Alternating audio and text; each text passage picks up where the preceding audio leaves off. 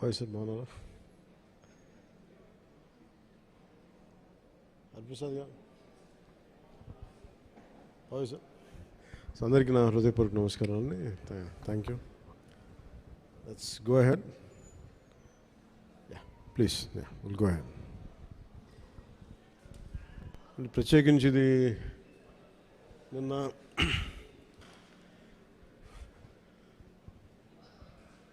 Post Janasena party నడుపుతున్నప్పుడు start చేసిన సినిమాలు ఇవన్నీ. వాటి నేపథ్యంలో ఎలక్షన్స్ అయిన తర్వాత పదవి బాధ్యతలు తీసుకున్న తర్వాత గవర్నమెంట్లో భాగస్వామ్యం తీసుకున్న తర్వాత చాలా కొంచెం ప్రత్యేక పరిస్థితుల్లో సినిమా చేయడం జరిగింది. సో ఈ సమావేశానికి వచ్చేసిన మీ అందరికీ పేరు పేరున నా హృదయపూర్వక ధన్యవాదాలు.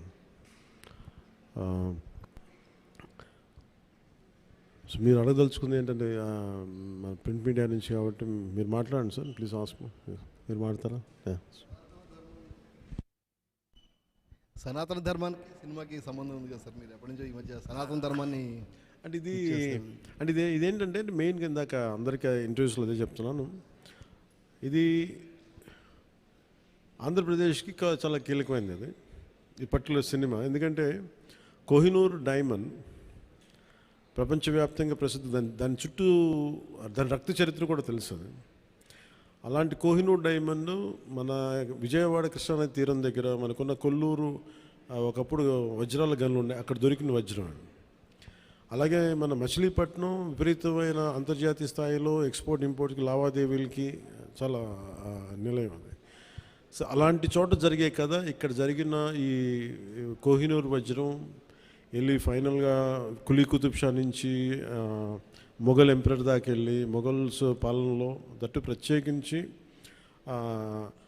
ఒక నియంతగా ఉన్న సొంత తమ్ముడిని కూడా సొంత అన్నయ్యని కూడా చంపి దారా సిక్కుని చంపేసిన ఔరంగజేబ్, తండ్రిని ఖైదులో పెట్టించిన ఔరంగజేబ్, అలాగే హిందువుగా బతకాలి అంటే పన్ను కట్టాల్సిన సమయం, అలాంటి పరిస్థితుల్లో తీసుకొచ్చి దేవాలయాలు కూల్చేసిన ఔరంగజేబ్, అలాంటి ఔరంగజేబ్ ఆసీనుడైన ఆసనం మీద, నెమలి సింహాసనం మీద ఉన్న కోహినూర్ని హీరో పాత్ర ఇవ్వబడుతుంది. అది తీసుకురమ్మని, అది అసైన్ చేయబడతారు. సో అది నాకు ఇంట్రెస్టింగ్ అనిపించి సినిమాని ఒప్పుకోవడం జరిగింది. ఇది దాదాపు 3-4 సంవత్సరాలు, క్లోజ్ టు 5 years పట్టింది. 2 కరోనా వేవ్స్ బాగా ఇబ్బంది పెట్టినాయి. ఫైనల్గా వచ్చేటప్పటికి మన మ్యాన్ మేడ్ డిజాస్టర్ గత ప్రభుత్వం చేసిన సమయంలో కరెక్ట్గా సినిమా చేద్దాం అనుకున్న సమయంలో చంద్రబాబు గారిని చేసేయడం, నన్నేమో వైజాగ్లో ఇబ్బందులు పెట్టేయటం, వీటన్నిటిలో చాలా డిఫికల్టీస్ వచ్చింది సినిమా పూర్తి చేయడానికి. ఫైనల్గా గవర్నమెంట్ మారిన తర్వాత చేద్దాం అనుకుంటే చేసే టైంకి అడ్మినిస్ట్రేషన్ 6 months తర్వాత కరెక్ట్ ఇక్కడ ఈ ఆఫీస్కి, ఈ క్యాంప్ ఆఫీస్ కొత్తపేట దూరంలో ఉన్న ఈ మిడ్ వ్యాలీ ఏరియాలో సెట్ చేసి రోజుకి కుదిరినప్పుడల్లా 7 to 9 మార్నింగ్ షూటింగ్ చేస్తాం. ఎప్పుడన్నా సండేస్ కుదిరితే ఒక రోజు ఒక 9 గంటలు చేయటం అలా జరిగింది. సో ఫైనల్గా సినిమా ఫినిష్ పూర్తయింది. ఈ కైండ్ ఆఫ్ యాక్షన్ అడ్వెంచర్, అలాగే ఈ చారిత్రాత్మక నేపథ్యం కాబట్టి కొంత జిజియా మీద ఒక రివోల్ట్ ఎలా ఉంటుంది అంటే, ఒక హిందూగా నువ్వు వెళ్తున్నాలంటే క్యూలో నుంచొని for being Hindu you have to pay tax. So అలాంటి ఇంట్రెస్టింగ్ ఎలిమెంట్స్ ఉన్నాయి. And it's more of a wholesome entertainer తప్ప దీంట్లో ఏ విధంగా పొలిటికలైజ్ అనేది ఏముండదు. ఇట్స్ ఫ్యామిలీ ఎంటర్టైనర్ కాదు. ఇది నేను చేయటం వల్ల దీనికి ఇంకేదైనా రంగులు ఆపాదించబడతాయో నాకు తెలియదు కానీ, బట్ నేను మటుకు సినిమా చేసినప్పుడు it is beyond politics. So దాంట్లో ధర్మం అనేది ఒక ఎలిమెంట్.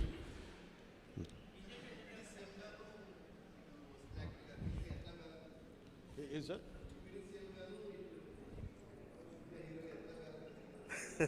Quiet challenge. ఇందాక కూడా ఎవరు ఇంటర్వ్యూలో అడుగుతూ ఉన్నారు, మీరు మేడం మీరేనా అడుగుతా. అంటే సినిమాల్లోనూ ఒకటే చాయిస్ ఉంటుంది, either films or politics at this stage అంటే I said I opted for politics. I opted for not cinema, politics. So అందుకే నా ప్రయారిటీ పాలిటిక్సే, అడ్మినిస్ట్రేషనే పెట్టి నాకంటూ కొంత టైం అనుకున్నప్పుడు దాన్ని బట్టికే కేటాయించడం జరిగింది. అట్లా సాధించాను. ఏ సినిమాకి చేయని విధంగా ఫస్ట్ టైం ప్రమోషన్స్లో దిగారు మీరు. ఇది చాలా ప్రత్యేక పరిస్థితులు ఉన్నాయి సార్. నేను మామూలుగా అయితే చేయను. అంటే నా వల్ల నిర్మాతలు నష్టపోయారు. అది కూడా ఎలా నష్టపోయారు? ఒకటి కరోనా, రెండు న్యాచురల్ డిజాస్టర్, రెండు న్యాచురల్ డిజాస్టర్స్, ఇంకోటి man made disaster, administration disorder, ఇక్కడ పొలిటికల్ ఇది ఇక్కడ. సో మూడిటికి నిర్మాతలు బలైపోయారు. సో దానికి నేను ఒక నైతిక బాధ్యత వహించి లేట్ అయిపోయిన సినిమాని ప్రమోట్ చేయాల్సిన బాధ్యత నా మీద ఉంది. అంతేగాని ఎందుకంటే నాకు రెమ్యునేషన్ కూడా దీనికేమి అదే ఇంకా రేపు పొద్దున హిట్ అయితే నాకు తెలియదు. కానీ సో అలాంటి పరిస్థితుల్లో రిలీజ్ చేశాను. ఎందుకంటే ముందు సినిమా ఆడాలి, సినిమా రిలీజ్ అవ్వాలి, నిర్మాత బయటపడాలి అన్న సదుద్దేశం. అది కూడా ఏంటంటే నేను పాలిటిక్స్లో ఉండటం, గత ప్రభుత్వం చేసిన మ్యాన్ మేడ్ డిజాస్టర్స్, వీటన్నిటి వల్ల నలిగిపోయిన దానికి బలైపోయి నేను పాలిటిక్స్లో ఉన్నాను కాబట్టి బలైపోయారు కదా, ఇబ్బందులు పడ్డారు నిర్మాతలు. అందుకని వాళ్ళందరి తరపున నేను ఈ కనీసం ఈ ప్రమోషన్ చేయడం అనేది చాలా ఎసెన్షియల్ డ్యూటీ అనిపించింది నాకు. అంతమించి మామూలుగా అంత అవసరం ఉండేది కాదేమో. సార్, ఆ సినిమా తీసేటప్పుడు కొంత ఇబ్బందులు కూడా పడ్డట్టున్నారు మీరు. ఏంటి సార్? ఆ సినిమా తీసేటప్పుడు కొంత ఇబ్బందులు కూడా పడ్డట్టున్నారు, సమ్మర్లో కానీ నైట్ టైంలో షూటింగ్ చేయటం కానీ. అంటే ఎలా అంటే నేను ఇక్కడికి వెళ్ళి వైజాగ్లో అరెస్ట్ అయ్యి మళ్ళీ వచ్చి 4 రోజుల తర్వాత మళ్ళీ ఇలా చేశాను. అంటే అరెస్ట్ అంటే చూశారు కదా ఎలా పెట్టారు. అట్లాంటి పరిస్థితుల్లో మండుటెన్లో కానీ అంటే okay, that's part and parcel, there is no complaint about it. నాకేమనిపించిందంటే ఈ ఇబ్బందులు పడటం ఒకటిను, పార్టీని నడుపుతా ఏమాత్రం హోప్లెస్ పొలిటికల్ సిచ్యువేషన్లో ఉండి సినిమాలు చేస్తా, 10 రూపాయలకి 15 రూపాయలకి టికెట్లు ఏదైనా రిలీజ్ అయితే ఇబ్బందులు పెడతా, నాకు వీటన్నిటికీ దాటి అధిగమించి ఇక్కడ దాకా రావడం చాలా పెద్ద విజయం అనిపించింది. సో టఫ్ సిచ్యువేషన్ ఇక్కడ దాకా వచ్చి I'm grateful for the producers.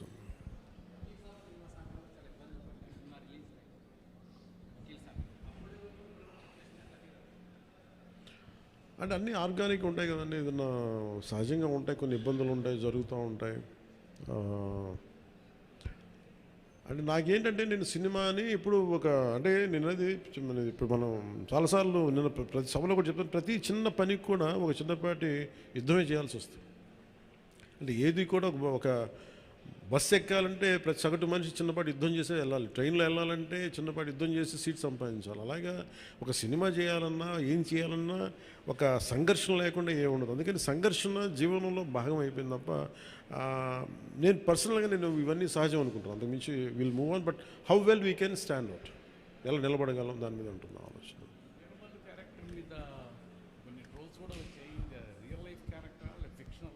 ఇది ఫిక్షన్ క్యారెక్టర్స్, అసలు వాళ్ళు ఎవరో మాట్లాడారు, నా దృష్టికి తీసుకొచ్చారు కానీ అసలు సంబంధం లేదు. అది సర్వాయి పాపన్న గౌడ్ అని చెప్పి అసలు సంబంధం లేదు, దానికి దీనికి అస్సలు సంబంధం.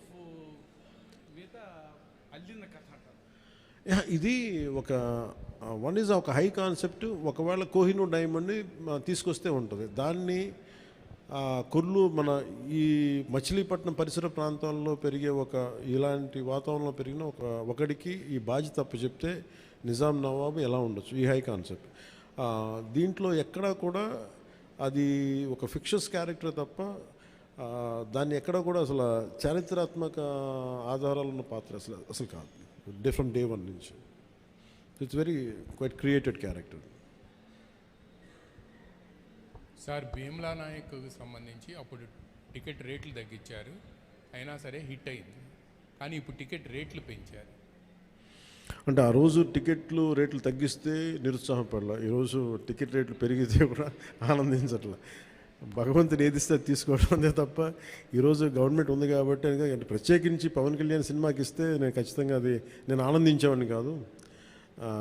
కానీ ఇది అందరికి ఇచ్చారు కాబట్టి దాంట్లో నాకు ఇవ్వకపోతే అది వివక్ష చేసినట్టు ఉంటుంది, అది కూడా తప్పవుద్ది కదా. అందుకని I think it's part and పార్ట్స్లో ఆ రోజు అలా జరిగింది, ఈ రోజు ఇలా జరిగింది, అంతకుమించి దీన్ని వేరేలా చూడటానికి ఏం లేదు. ప్రొడ్యూసర్ నష్టపోయాడనే దేనికి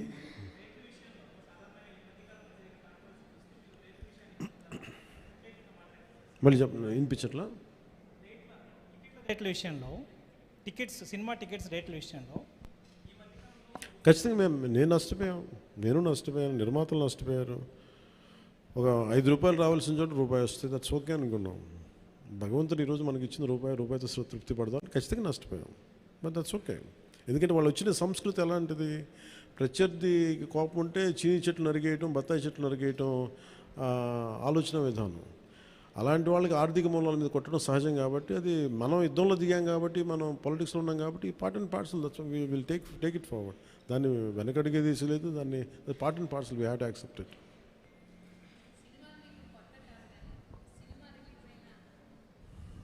సినిమాలు మీకేం కొత్త కాదు, కానీ ఏ సినిమా రిలీజ్ అయినా అందరికీ కొంత నర్వస్నెస్ ఉంటుంది. మీకు కూడా ఉంటుందా? నాకు నిండా మునిగినోడు చలి అని చెప్పండి. కానీ బాధ్యత ఉంటుంది. అంటే సినిమా బాగుందంటే ఆనందిస్తాను, బాగలేదంటే ఓకే ఏం కరెక్ట్ చేయాలని ఆలోచిస్తాను, అంతే తప్ప. ఎందుకంటే ఎందుకు నాకు నర్వస్నెస్ ఉంటుంది అంటే, చేసేటప్పుడు చాలా ఒళ్ళు దగ్గర పెట్టుకుని చేస్తాను. నేను సినిమా బాగలేదని కూడా ముందే చెప్తుంటారు, బాగలేదు ఇబ్బందులు ఉన్నాయి చూసుకోండి. అందువల్ల నాకు ఏంటంటే నాకు గిల్ట్ ఉండదు బేసిక్గా. ఇప్పుడు మెచ్యూరిటీ వచ్చి ఎప్పటి నుంచో మూవీస్ తీస్తున్నారు, ఇప్పుడు మీరు అలా అనుకుంటున్నారా? మొదటి నుంచి కూడా అలాగే ఉండేవాళ్ళ? దీనికి నేను సమాధానం చెప్పాను. మీరు కావాలంటే నా ఇంటర్వ్యూస్ చూసుకోండి, బిఆర్ రాజు గారితో ఉంటాయి. ఆ ఇంటర్వ్యూస్లో నేను ఇప్పుడు ఏం మాట్లాడినా అవే ఉంటాయి. అందుకని ఉదాహరణకి తొలి ప్రేమ తీశాను. తొలి ప్రేమ షూటింగ్ చేసినప్పుడు సినిమా అయిపోయి రిలీజ్ అవుతుంటే నేను కూర్చొని అక్కడ ఒక్కనే కూర్చున్నాను. గబ్బర్ సింగ్ కూర్చున్నా కానీ నేను ఒక్కనే కూర్చుని ఉన్నాను. నా పక్కన పార్టీస్ ఏమి ఉండవు. జస్ట్ ఒకసారి నా జీవితంలో నన్ను పార్టీకి పిలిచింది భీమ్లా నాయక్. ప్రత్యేకంగా నన్ను పిలిచారు. ఎందుకంటే ఇంత 10-15 రూపాయలు టికెట్ అప్పుడు కూడా ఇంత డబ్బు చేసింది ఈ సినిమా అని అనుకొని, దాని ఒక్కదాన్ని ఫస్ట్ టైము నా జీవితం అదే మొదటిసారి వెళ్ళటం. మళ్ళీ దీని తర్వాత కూడా వెళ్తాను కూడా నాకు డౌట్. అవును, ఇంతకీ మీ కో-ఎమ్మెల్యేలతో మూవీ చూసే ఆలోచన ఏమైనా ఉందా? మీ ఎమ్మెల్యేలతో కో-ఎమ్మెల్యేలతో మూవీ చూసే ఆలోచన, ప్రపోజల్స్ ఏమైనా ఉన్నాయా? నేను ఎప్పుడు అట్లా ఆలోచించలేదండి. అసలు మీరు చెప్తే ఇప్పుడు ఐడియా వచ్చింది, బాగానే ఉందనిపిస్తుంది. ఎందుకంటే అసెంబ్లీలో సగం మంది మీ ఫ్యాన్సే కదా. మేబీ మా ఎమ్మెల్యేస్ అందరికీ, మా కూటమి ఎమ్మెల్యేస్ అందరికీ ఖచ్చితంగా దీన్ని ప్రత్యేకమైన షో అయితే వేస్తే వాళ్ళు కోరుకుంటే ఖచ్చితంగా, అంటే నేను ప్రమోట్ చేసుకునే ఇబ్బందిగా ఉంటుంది కానీ ఖచ్చితంగా వాళ్ళందరూ అడిగితే మన హరిప్రసాద్ కానీ ఖచ్చితంగా I think will organise an exclusive screening for them. అందరికీ మనసులో ఉంది కానీ బయటకు అడగలేకపోతున్నారు. సో మీ ద్వారా వచ్చింది కాబట్టి ఖచ్చితంగా నేను అడ్రస్ చేస్తాను. Thank you.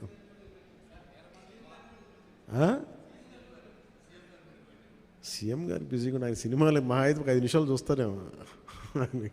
ఎందుకు రోజు నన్నే చూస్తుంటారు కదా, సినిమా చూస్తున్నట్టు అనుకుంటారు.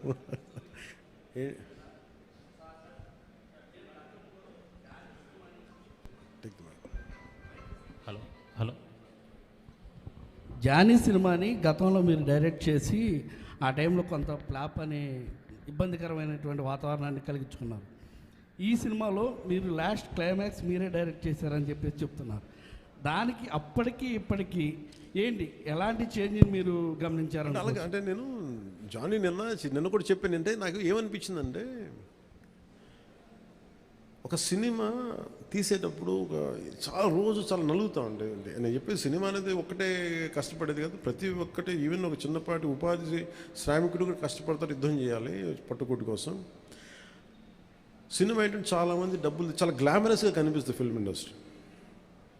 దానికి నేను ఒక చిరంజీవి గారు లాంటి అన్నయ్య ఉండి, నేను సక్సెస్ఫుల్ అయిన యాక్టర్గా ఉండి, ఖుషి తర్వాత వరుసగా విజయాల తర్వాత కూడా ఒక జానీ అనే సినిమాని నేను డైరెక్ట్ చేసేది ఆడకపోయిన వెంటనే ఒక 5 రోజులు, 10 రోజులు, నెల రోజుల తర్వాత ఫస్ట్ షో పడింది. ఇది బాగలేదు అనగానే వెంటనే మొత్తం ఫైనాన్షియర్స్, డిస్ట్రిబ్యూటర్స్ అందరూ నా ఇంటి మీదకి వచ్చేసారు. మాకు డబ్బులు రావట్లేదు, ఇప్పుడు ఏం చేస్తామండి. నా క్వశ్చన్ ఏముందంటే, మీకు డబ్బులు ఇచ్చినప్పుడు నాకు ఎప్పుడు ఎక్స్ట్రా ఇవ్వలేదు కదా, ఇప్పుడు డబ్బులు పోయినప్పుడు అది ఉండదు అక్కడ. సో నేను కంప్లైంట్ చేయట్లేదు. అంటే నాకు ఏమనిపించిందంటే, ఫస్ట్ టైము నాకు చాలా ఒక కాలం మాకు చెప్పిన అన్ని బంధాలు ఆర్థిక బంధాలు నాకు అది గుర్తొచ్చింది.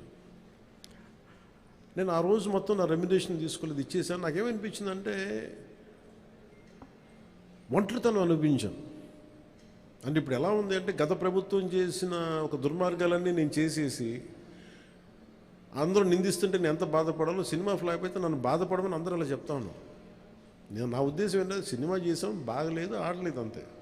కానీ దానికి ఏంటి ఏదో ఒక కొంపలంతా మునిగిపోయినట్టు ఇలా మొక్కలు పెట్టుకున్నారండి. అందరూ డీలా అయిపోయి ఓకే నష్టపోతే ఎంత నష్టపోయింది చూద్దామని చెప్పి ఫైనల్ నేను ఏం చేయగలిగింది, బాబు నాకు ఇచ్చిన రెమ్యునరేషన్ ఇది, నాకు రూపాయి అవుతూ తీసుకోండి అని చెప్పి నేను ఇంకో 15 లక్షల అప్పు నేను తీసుకున్నాను. దాని తర్వాత ఇంకోళ్ళ దగ్గర ఆ అనుభవం నన్ను చాలా బలమైన వ్యక్తం చేసింది. ఆ ఒక్క జానీ ఫెయిల్యూర్ నాకు ఎంత హెల్ప్ చేసిందంటే పాలిటిక్స్లో హెల్ప్ చేసింది. నేను 2019లో ఓడిపోతే మళ్ళీ నాకు అదే గుర్తొచ్చింది. నేను ఎలా సర్వైవ్ అయ్యానప్పుడు part and failure is a part and parcel of growth. అది నాకు బాగా బలం ఇచ్చి నిన్న ఒక నిర్మాత ఆ రోజు అన్ని ఇబ్బందులు లేవు, కానీ రత్నం గారు లాంటి వ్యక్తి ఒక చిన్నపాటి మేకప్ అసిస్టెంట్గా ప్రారంభించిన వ్యక్తి, అంచెలంచెలుగా శంకర్ లాంటి వాళ్ళతో సినిమా తీసి పాన్ ఇండియా సినిమాలు తీసిన వ్యక్తి ఈ రోజున సినిమా రిలీజులకి ఇబ్బంది పడతా ఉంటే నాకు అనిపించింది చాలా బాధేస్తుంది. ఇది నాకు అందుకే నేను దగ్గరుండి ఈ సినిమాని ప్రేక్షకుల దగ్గరికి తీసుకెళ్ళాలనేది నిర్ణయించుకున్నాను. సో నాకు అందుకు అనిపించింది అనమాట. అందుకని నా జానీ అనేది ఎందుకు వచ్చిందంటే ఇంత ఫీబుల్గా ఉంటారు. అంటే మనీ దగ్గరికి వచ్చేటప్పటికి అందరూ నువ్వు చస్తావో పెడతావో తెలియదు కానీ మాకు ఇలా కట్ట ఒకసారి ఇర్లాజికల్గా ఉంటుంది. సో అలాంటి సమయంలో నాకు ఆయన అండగా నిలబడాలి. అందుకని that's reason why I quote. అందుకని క్లైమాక్స్ ప్రత్యేకించి నేను ఎందుకు చెప్పానంటే అప్పుడు నేను కొన్నిసార్లు నేను బుల్డోస్ చేసుకుని వెళ్ళాల్సింది. కొన్నిసార్లు రైట్ నిర్ణయం మన మనసుకు తెలుస్తుంది యాజ్ అ ఫిల్మ్ మేకర్గా. కొన్నిసార్లు పక్కన వాళ్ళు మాటలు నేను అసలు ఎప్పుడు పక్కన వాళ్ళ మాటలు విన్నాను. కానీ ఈ ఫిల్మ్కి వచ్చేటప్పటికి ఈసారి ప్రత్యేకించి ఎట్టి పరిస్థితుల్లో నేను పాలిటిక్స్లో ఉన్నాను, సినిమాలు బాగా చేయడేమో అన్న సందేహం ఎక్కువ మందికి ఉంటుందని చెప్పి ప్రత్యేకించి శ్రద్ధ పెట్టి చేశాను. సో క్లైమాక్స్ కూడా ఎందుకు చేశానంటే నేను చాలా సంవత్సరాలు అయిపోయింది యాక్షన్ కొరియోగ్రఫీ చేసి. రియల్ లైఫ్లో వీళ్ళతో గొడవలు పడుతున్నాను, సినిమాలోనే యాక్షన్ కొరియోగ్రఫీ చేశాను. సో ప్రత్యేకించి ఆ particular episode it's close to my heart. చిన్నప్పుడు ఎప్పుడు పుస్తకాల్లో చదువుకున్నాం, హిందూగా బతకాలంటే జిజియాపుని కట్టాలి. సో ఆ బాధ ఏదో ఉండిపోయినట్టుంది ఎక్కడో. సో అది ఆ వెంటౌట్ తీసుకున్న అవకాశం దొరికింది, ఐ యూజ్డ్ ఇట్ అంతే. సార్ మనం చూసుకున్నట్లయితే లేదు తీసుకుని సార్ అన్నీ బాగుంటే తీసుకుంటాను. మనం ఈ మధ్యకాలంలో చూసుకున్నట్లయితే నిర్మాతలకి కొంతమందికి మాత్రమే థియేటర్లు ఉండిపోయినాయి, వేరే వాళ్ళ సినిమాలకి ఇబ్బంది పడుతున్నారంటూ కూడా కొంత కాంట్రవర్సీ వచ్చినటువంటి పరిస్థితి సినిమా పరిశ్రమ విషయంలో. అదే రేట్ల విషయంలో కావచ్చు, థియేటర్స్ దాని విషయంలో మీకు కూడా అలాంటిది అంటే థియేటర్స్ సరిగ్గా లభించకపోవడం, కొంత నిర్మాతలు ఏమన్నా ఇబ్బంది పెట్టే అవకాశం ఉంటుందా గతంలో లాగా? అది ఎప్పుడు అలా పెడతారని నేను ఎప్పుడు అనుకోను. ఎందుకంటే థియేటర్స్కి ఫీడింగ్ కావాలి, బేసిక్ సైన్స్, అది ఎవరు అలా చేస్తారు నేను అనుకోను. కానీ ఒకసారి కొన్ని అనుకోని పరిస్థితులు వస్తూ ఉంటాయి, అది పెద్ద మనసు వదిలేయటం అంత. సార్ ఇప్పుడు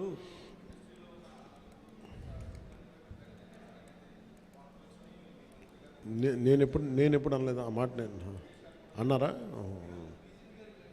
రాశారా? Okay, welcome. So thank you sir. Ma'am, this movie is going to be?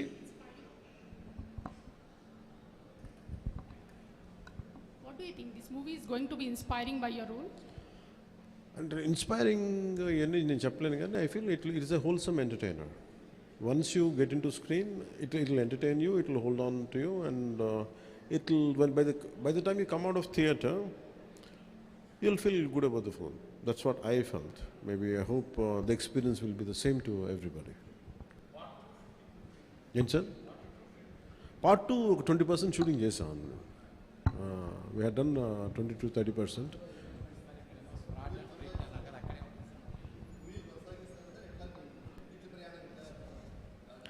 వచ్చే డబ్బుల్ని బట్టి, నాకు దొరికే టైంని బట్టి, కుదిరితే భగవంతుడి ఆశీస్సులు అన్నీ కుదిరి. సార్ ఏంటి సార్? చిత్ర పరిశ్రమ ఎక్కడున్నా అది ఉన్నది. ఆల్రెడీ ఏపీకి రావాల్సిన కొత్తగా అవసరం లేదు, కానీ ఏపీలో డెవలప్ చేయాల్సిన ఇన్ఫ్రాస్ట్రక్చర్ డెవలప్ చేయాలి. హైదరాబాద్లో ఎలాంటి ఇన్ఫ్రాస్ట్రక్చర్ ఉందో ఆంధ్రప్రదేశ్లో కూడా అలాంటి ఇన్ఫ్రాస్ట్రక్చర్ కొంత హైదరాబాద్లో ఉండొచ్చు, కొంత కొంత మంగళగిరి లేదు మనకున్న ప్రాంతాల్లో కావచ్చు. ఇట్ డిపెండ్స్ పరిస్థితులు ఎక్కడ బాగుంటాయని దానికి తగ్గట్టుగా ఇన్ఫ్రాస్ట్రక్చర్ అయితే డెవలప్ చేయాలి.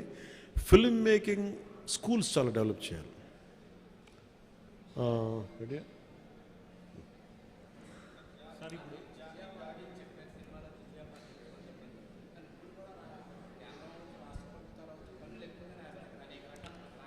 ఆ పనుల గురించి ప్రత్యేకించి మాట ప్రస్తుతం ఓన్లీ హరిహర వీలం